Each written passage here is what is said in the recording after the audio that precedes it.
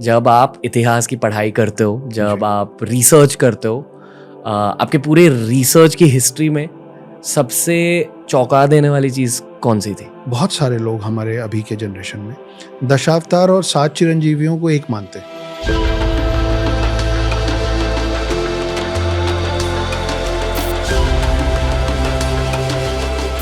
Okay. लोगों को दशावतार का फर्क और 7 चिरंजीवियों का फर्क कि ये अलग अलग है वो नहीं पता। तो बात करने के समय ये मतलब मेरे लिए बहुत बेसिक चीज़ है और मुझे लगता था कि ये बेसिक ही है, मगर ऐसा है नहीं। तो फिर बात करते करते समझ में आया। फिर जैसे जैसे आप उतरते जाते हैं, मैं माइथोलॉजी शब्द का उपयोग करना कम पसंद करता हूँ। सेम। मेरा मानना ये है कि अगर आप मिथ्या मानते हैं इन सब बातों को तो माइथोलॉजी, अगर आप सत्या मानते हैं तो सत्यालॉजी हो जाएगी। तो कारण और कहानियाँ थोड़ी बहुत ऊपर नीचे हो सकती हैं, लेकिन हर कहानी के पीछे एक कारण है। तो जब जैसे जैसे आप अंदर जाएंगे आपको पता चलता है कि कितने डीपली सब चीज़ें आपस में कनेक्टेड है। परशुराम की बात करें, 4 युगों में से 3 युगों में परशुराम का जिक्र है, उनकी बातें हैं। लेकिन ये बहुत इंटरेस्टिंग पार्ट है कि कैसे जो पिनाका, उनका जो धनुष था जो शिव जी ने दिया था, वो 21 बार उन्होंने क्षत्रिय विहीन किया क्योंकि उनके पिता को मार दिया गया था, तो क्षत्रियों से नाराज हो गए थे। अब क्षत्रियों से नाराज होकर वो क्षत्रियों पे भारी क्यों पड़ रहे थे, उसके पीछे भी एक कहानी। तो हर चीज़ का ना लॉजिकल एक्सप्लेनेशन है हमारे पास कि उनके जो पिता थे वो तो ऋषि थे, लेकिन उनकी जो माँ थी वो क्षत्रिय थी, रेणुका नाम था।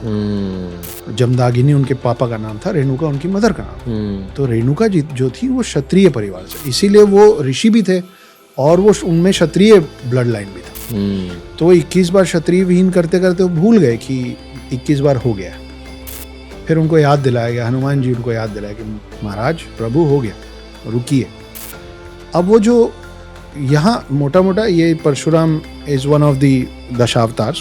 परशुराम एक लौते ऐसे शख्स हैं सब में जो दशावतार के 10 लोगों में भी उनका नाम है और 7 चिरंजीवियों में भी उनका नाम है।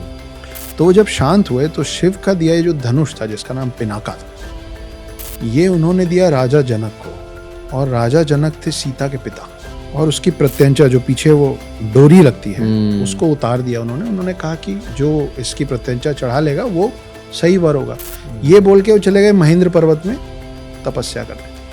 सालों साल बीत गए क्योंकि त्रेता युग जो है, जो सेकंड युग है, ये भी एक कंफ्यूजन है। मुझे बड़ा आश्चर्य हुआ कि लोगों को लगता है कि सत्युग है, फिर द्वापर है, फिर त्रेता है, क्योंकि डी और टी त्रे सुन के थर्ड लगता है। तो त्रेता युग की शुरुआत में जो पहले अवतार हैं वो परशुराम, और त्रेता युग के जो आखिरी अवतार हैं वो राम है। तो त्रेता युग जो है वो है कुछ 8,96,000 सालों का। तो कहाँ वो पहले अवतार हो, कहाँ, तो इनमें बहुत बड़ा गैप है। तो इतने साल बाद फिर जब वो फिर राम बड़े हुए, सीता आई धरती पे, और फिर वो प्रत्यंचा चढ़ाते समय वो धनुष टूटा। तो फिर परशुराम नाराजगी से आए राम को मारने, और लक्ष्मण तो हैं ही गुस्सैल, तो ये दोनों आपस में लड़ लिए थे। फिर उनको पैसिफाई किया गया, उनको समझाया गया कि आप भी विष्णु अवतार हैं, आप भी विष्णु अवतार, मिल के चले गए। लेकिन परशुराम की गाथाएं महाभारत काल में भी, तो अगर भाई बोलते हैं ना कि इमॉर्टल हैं तो बार बार आएंगे। तो फिर भीष्म पितामह, सूर्यपुत्र कर्ण और द्रोणाचार्य, इन तीनों के युद्ध गुरु जो हैं, और वो एकलव्य स्टाइल नहीं कि भाई द्रोणाचार्य की मूर्ति लगाई सीख गए, नहीं, फिजिकल प्रेजेंस के साथ इन तीनों को तैयार करने वाले फिर परशुराम। तो एक और बाद में एक अध्याय आता है जहाँ परशुराम और भीष्म पितामह का युद्ध होता है, और भीष्म पितामह जीत जाते हैं, हरा देते हैं परशुराम। तो परशुराम खुश होके, वो जो हमारी आम आजकल के बोलचाल की भाषा में बात होती है ना कि गुरु गुड़ रह गया, चेला चीनी हो गया, बिकम बेटर देन मी, तो मुझसे भी बेहतर हो गया, तो और आशीर्वाद दे के फिर परशुराम लौटे।